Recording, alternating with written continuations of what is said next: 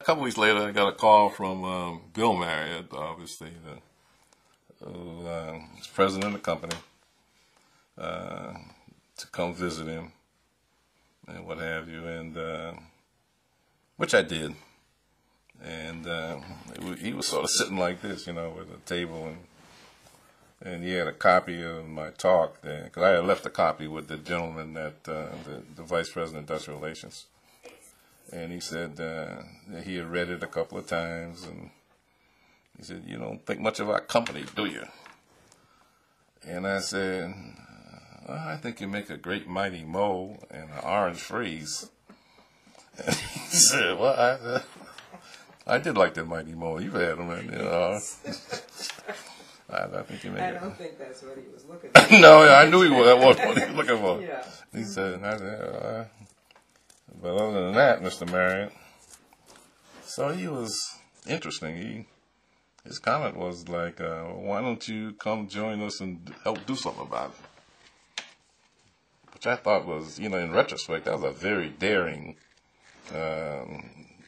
suggestion or offer back then, '67. Were you surprised? Yeah, I was kind of surprised. To the extent of the offer, I thought maybe that he was going to ask to do some consulting work or something, like come up here and keep these troops happy or something, kind of work. But yeah, I was a little bit surprised. But I didn't accept. He was actually offering you a position. Yeah. I didn't accept it though. Why not? Because I had my own business, and I was proud of what we were doing and what have you. But I told him I would be we could work out a client-consultant relationship where I could make some suggestions of some of the things they could do, what have you. And he said, "Well, if that's all you want to do right now," I said, "Okay." So we did that. And I worked in that capacity for a couple of years. And back, that took us up to around 1970 or something like that. And the economy went south around that time. And it was like, shoot me, And they kept making offers to me to join the company, and I kept refusing. And so one day, I got a call from one of the guys I respect most in life, the president of the hotel division, was his name is Jim Durbin. And he asked to come visit me in my office. I said, "Well, as a consultant, I was visiting over there every once in a while." I said, "Well, I'll be over there next Tuesday. I'll come by and see you." He said, "No, I want to come see you tomorrow." And so I had an office over on 12th Street Northeast. And I said, "Well, I'm over here on 12th Street." I figured he didn't know anything about that part of the city. He said, "I know exactly where you are." He said, "What time can I come see you?" So we made a time. He came. And he told me that the economy was going. I said, "You telling me?" Because a couple of the clients that we had were leaving. And he said, "The first thing that goes in Marriott when the climate goes bad is we get rid of all the consultants. And then we get rid of some of the lawyers that we have around the country." He says, "And the third thing we do is we cut training."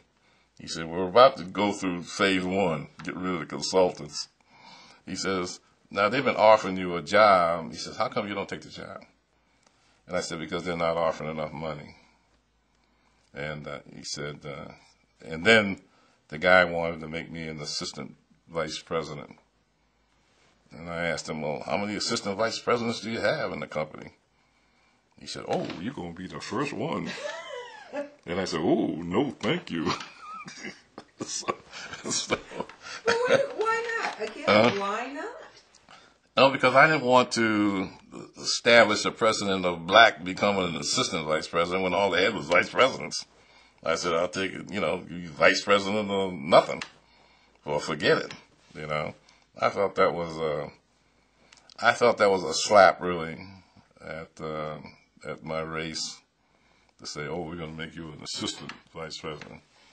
Nah, thank you, but no thank you.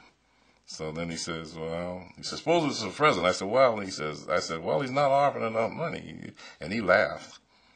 And maybe I shouldn't put this on tape, but what the hell? I'm 80 years old. Doesn't make any difference. He said, "You know why that you can't get the money you're asking?" And I said, "No." He said, "Because you're going to be making more than he's making." I said, "Huh?" He said, "Yeah, you're going to be making more than he's making." I said, "Well, Mr. Durbin," I said, if you're not paying that gentleman any more than that, then he's underpaid. And that's no reason why I have to be, you know." So he left. He said, "Well, I'll get back to you." He left. He called me up a few days later and said, "Here's what we're going to meet your salary demands." And I said, "Okay, what about Mr. So-and-so?" He said, "We'll take care of that." So for a while, I was paid with 2 checks. Because back then, I worked for this guy, this vice president. I came in under him.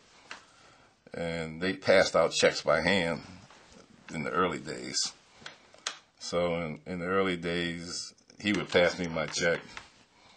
It was just fine. And then I'd come home and there'd be a check in the mailbox for the other part.